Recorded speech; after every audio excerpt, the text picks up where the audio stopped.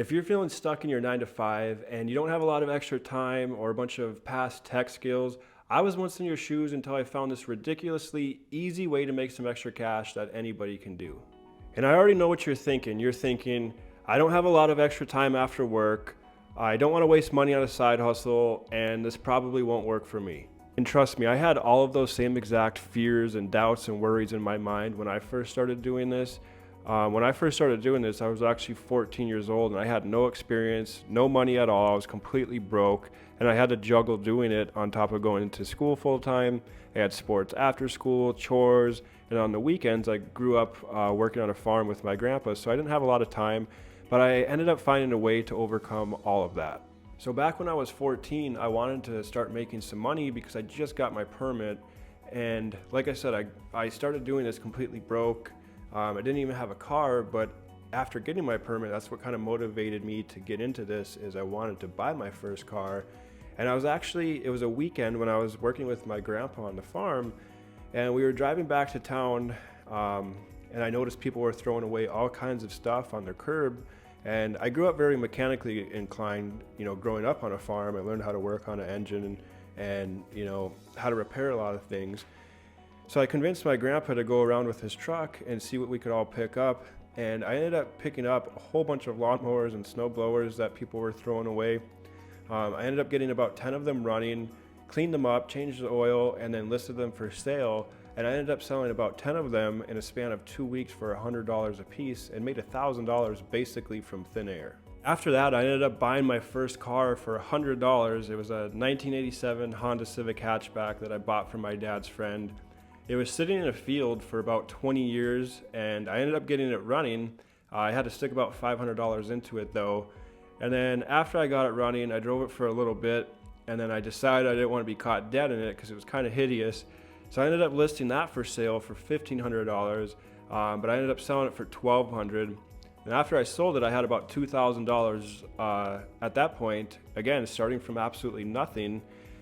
And then at that point, I got hooked on the idea of flipping things.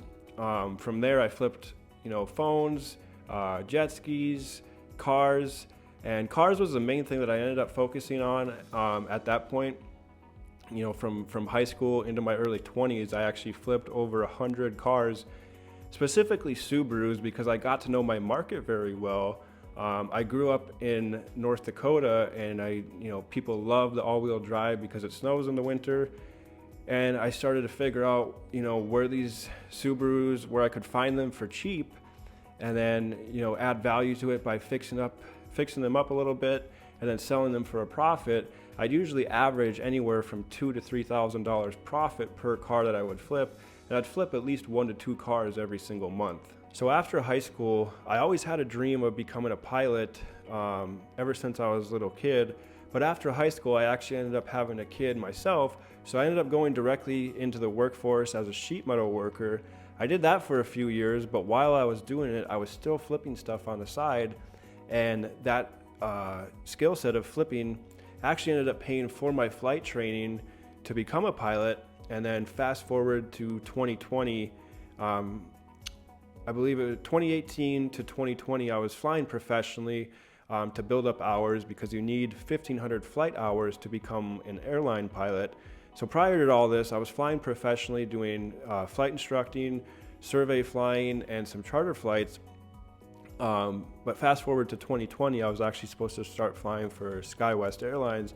But the world did what it did in 2020, and they ended up laying off all the pilots. My training ended up getting canceled. But at that point, I already knew that wasn't something that I wanted to be tied to long term. Don't get me wrong, I love flying, but I love freedom more than, being like shackled to an airplane all day. At the end of the day, in my opinion, all you really are is just a glorified bus driver. And on top of that, I hated not being in control of my income as well.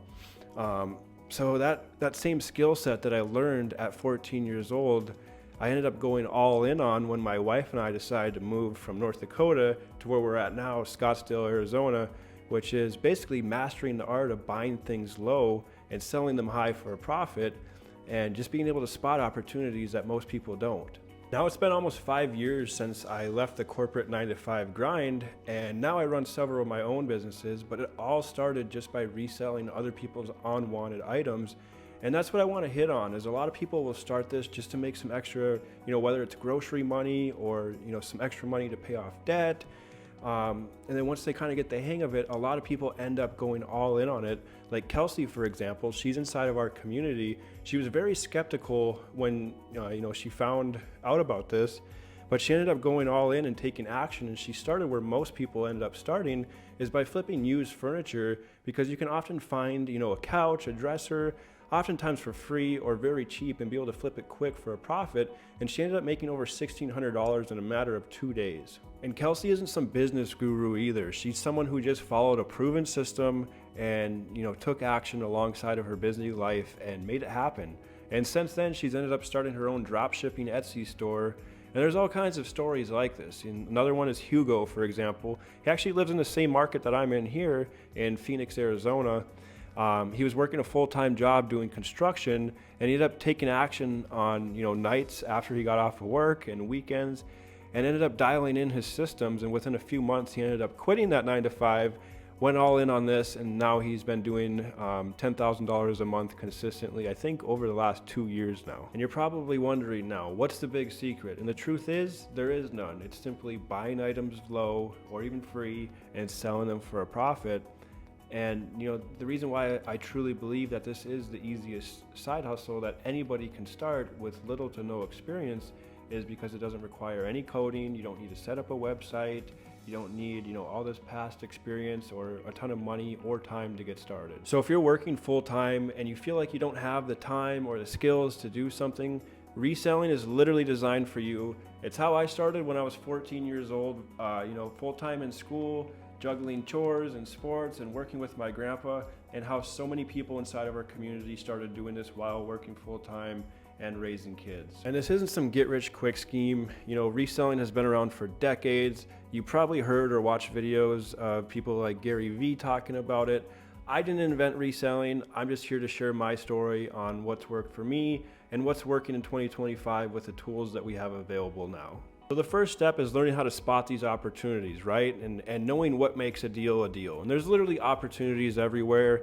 You can flip all kinds of things. Like I said, I've flipped boats, cars, jet skis, phones, books, furniture, you literally name it. Now I'm working on trying to buy airplanes to flip. So you can literally flip anything. But if you're brand new, I usually push people towards something like furniture, because you can source it for cheap, oftentimes free. You can source things from your local thrift store, marketplaces like Facebook Marketplace, Craigslist.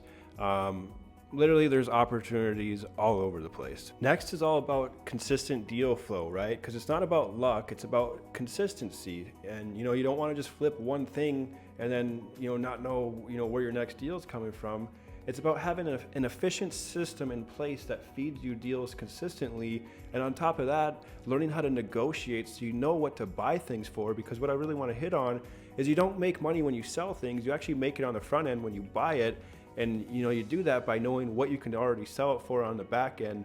That'll give you an idea on the front end what you need to buy things for. So it's just about having a well-rounded system in place. But having what I call in building is a pipeline of consistent deal flow coming in, so you can cherry pick the best deals. You'll never have to worry about where your next deal is coming from. After that is adding value. And a lot of people like to overcomplicate this, but it can be simply just, say you find a couch for free, or maybe you find a couch for $100. It can be simply just, maybe you vacuum it up, maybe shampoo a few spots on the couch, and then you take better pictures of it. And maybe you offer free delivery, right? At that point, you're not only just selling a product, you're also offering a service. But on top of that, for example, I bought some jet skis just a few weeks ago for $800. It was 2 jet skis on a double trailer. All I did is I put brand new batteries in them, brand new spark plugs, fresh gas, cleaned them up, and then took better pictures of them, ended up selling them for $3,000. Now, as you can see, it's nothing crazy here. This is literally the oldest way of making money in the book.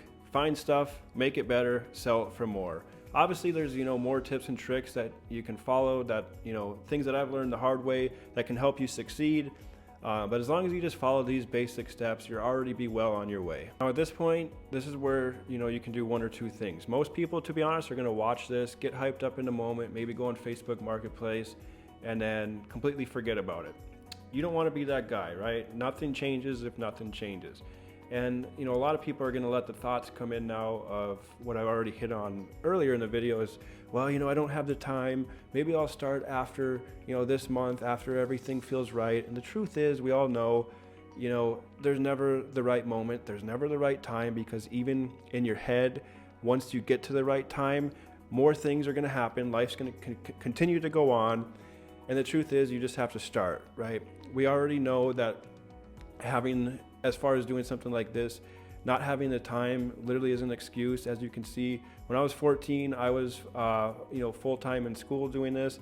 Even after I was, 14 out of high school, I had a kid and was working full-time, and I still found the time to spend time with my kid and my family and still be able to make this happen. Kelsey was able to make this happen working full-time. Hugo was able to make this happen working full-time. And a lot of people at this point are going to say, well, I'm going to try it myself first. I don't need help, which you definitely can. I did, but it took me years of trial and error to master and perfect, the systems and everything that I created up until this point. But I definitely wish if I could go back in time and if I had somebody or a community that I could fall back on to be able to just get instant feedback on, hey, what should I buy this for? Or should I even buy this? Or what could I sell this for? And just be able to, fix any, bottlenecks or any, setbacks. And on top of that, just having the accountability, because doing stuff alone just, at the end of the day, we all know is not fun, right? And a lot of people end up starting this by themselves. And the truth is, after a week or a month, they fall off, and then they don't stay consistent at it. And that's exactly why you always end up staying in the same spot. Another lie that people will tell themselves at this point, just as an easy excuse to not start, is I don't have the money. Well, we all know that that's not the truth, because when I started when I was 14, I didn't have any money either. I was completely broke, but I went around my hometown, during fall cleanup and picked up a bunch of stuff, the lawnmowers and snowblowers that I could flip for a profit. And another thing too, and something that we teach inside of the school of resellers, is how to source inventory for free. For example, when my wife and I decided to go all in on flipping used furniture, we actually sourced 90% of our inventory for free. And then another cool thing that we're rolling out inside of the school of resellers is the funding side. So myself and several others inside of the community will actually fund deals that you want to flip, if the deal makes sense, of course. So there's really no excuse that you don't have the money. I know you're probably thinking, well, is this really going to work for me? Trust me, I had the same exact thoughts, and I know starting anything new can be scary. I know it was definitely scary for me, but once I just decided to take action, made that first flip, I was hooked. And usually most people are, to be honest. Once they make that first flip, they're like, wow, it kind of starts to make more sense. But worst case scenario too, I don't know any other business or side hustle like this where you could go, say you bought a couch or something for $100. Worst case scenario, you should at least be able to sell that and make your money back. If not, you're probably going to learn something in the process.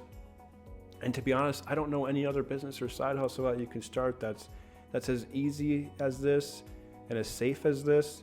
Like I said before, it's not no get rich quick scheme, but I definitely think if you're brand new to entrepreneurship and business, you don't have a lot of tech skills, coding skills, setting up websites and all of that, this is definitely the place to start. So by now you see how reselling can definitely be life-changing, and the question is, well, how do you get started and how do you succeed fast? And like I said before, I wish I had somebody that I could fall back on and just be able to give me the blueprint and answer my questions when I needed them. And that's exactly why I created the School of Resellers. And the whole reason I created this program is because I remember, the struggle of trying to start this alone and going through the trial and error and trying to, piece everything together and where do I even start? What should I flip? What should I pay for things? Should I even buy this item? What can I sell it for? How do I create, consistent deal flow and make a predictable and, sustainable income out of this? So that's exactly why I created this, and what it all entails is a community of other resellers. You have step-by-step training showing you exactly where to start, A to Z, literally hand you the whole blueprint of everything that I've learned over the last 15 years of reselling consistently, what's working in 2025.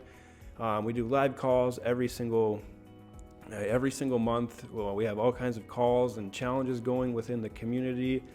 And, the whole goal is to be able to help you hit your goals. So super excited, to have you part of the community, meet you, and be able to help you hit those goals. If you want more information on it, there'll be a link in the description. But that's going to be it for this video, guys. Hope you got something out of it. If you did, make sure to like, comment, subscribe. We'll see you in the next one.